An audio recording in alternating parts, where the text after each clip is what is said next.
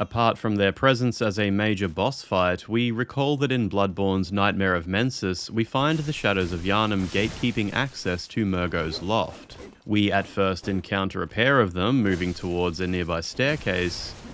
Meanwhile, a third stands at a balcony and will throw flames down at the hunter.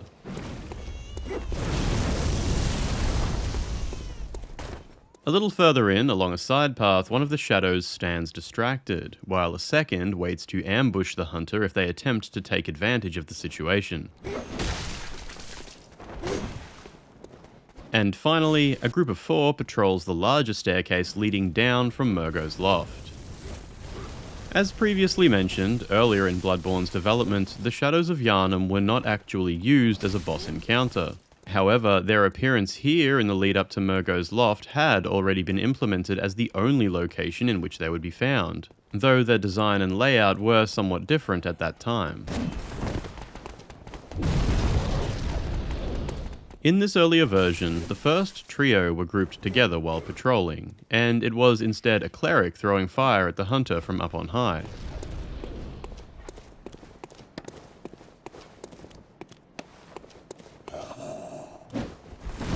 Further in, a group of 5 began their patrol just beyond the first staircase, and moved forward through the open space ahead. Additionally, the walls all throughout this area were lined with far more enemies, with man-eater boars, clerics, and even more Shadows of Yharnam. The side path with the ambush scenario also featured a cleric at this earlier time.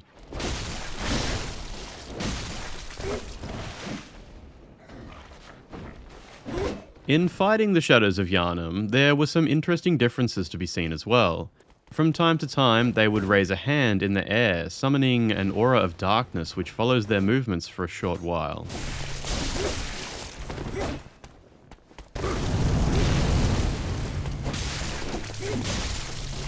An AI behavior also existed at this time which allowed them to become invisible,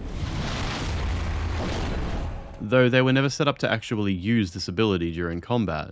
A 4th variation was also partially developed, although never finished, and only ever having been placed inside of developer testing dungeons.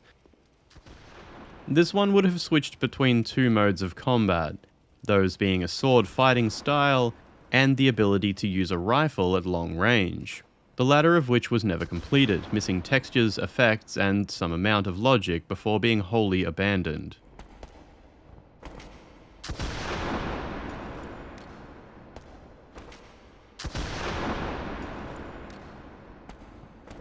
So this summarizes how the Shadows of Yharnam, albeit at the time simply named Dark Brigade, appeared throughout the game in a much earlier design. But of course they later went through a process of being introduced as a climactic fight in the Forbidden Woods. This change occurred incrementally, so let's start by taking a look at the earliest version of the Shadows of Yharnam boss encounter.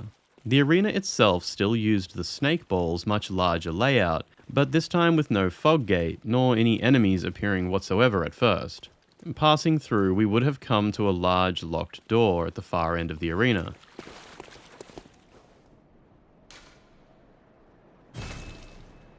Given no path forward, we'd turn around to leave, only for the boss encounter to begin in dramatic fashion.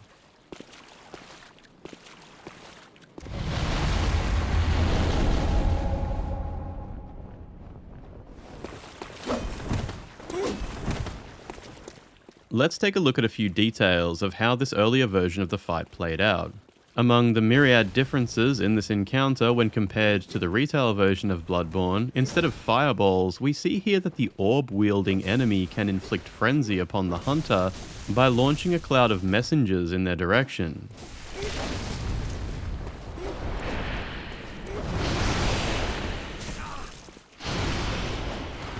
In the later phase of the encounter, all 3 enemies would gain the ability to stretch their limbs out and attack from greater distance.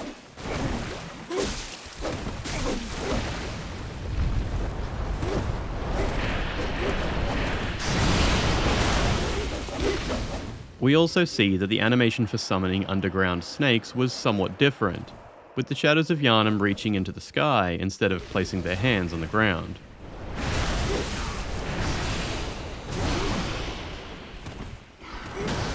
Defeating the boss here awards the player a university key, which can be used to open the door and proceed forward.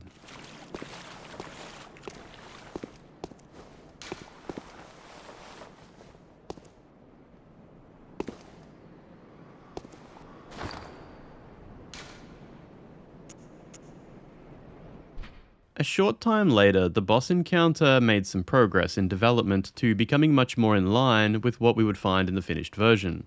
Most notably, the arena was redesigned to the smaller layout of the retail game, with the boss using the much more menacing approach of stepping out of the fog as we attempted to pass through.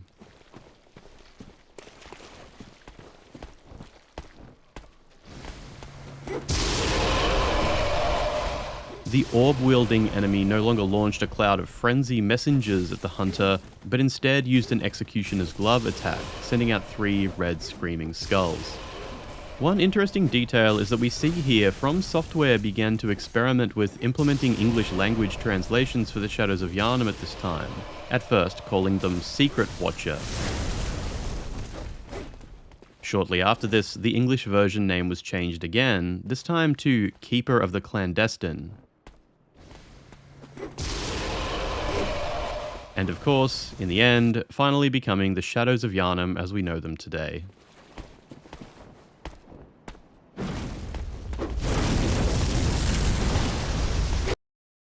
Thank you for watching. If you enjoyed this video and would like to support the ongoing work you've seen here today, please consider making a once-off donation by clicking the Thanks button below this video, or becoming an ongoing supporter using the Join button. You can find more ways to follow and support this work in the description, and in the meantime, thanks for watching, I'll see you next time.